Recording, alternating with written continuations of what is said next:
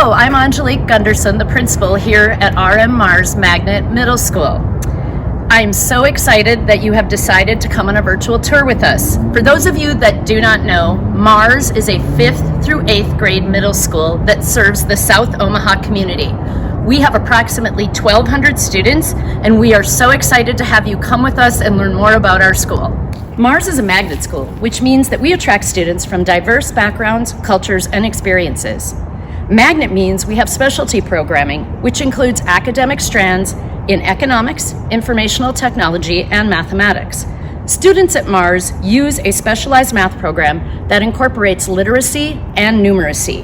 They also have the opportunity to learn about economics and a variety of technology courses, including robotics and coding.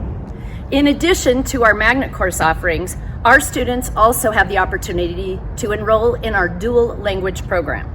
Students within the dual language program receive core instruction in both English and Spanish. Regardless of what courses you decide to take here at Mars, our goal is to empower our students to be active, compassionate, and lifelong learners.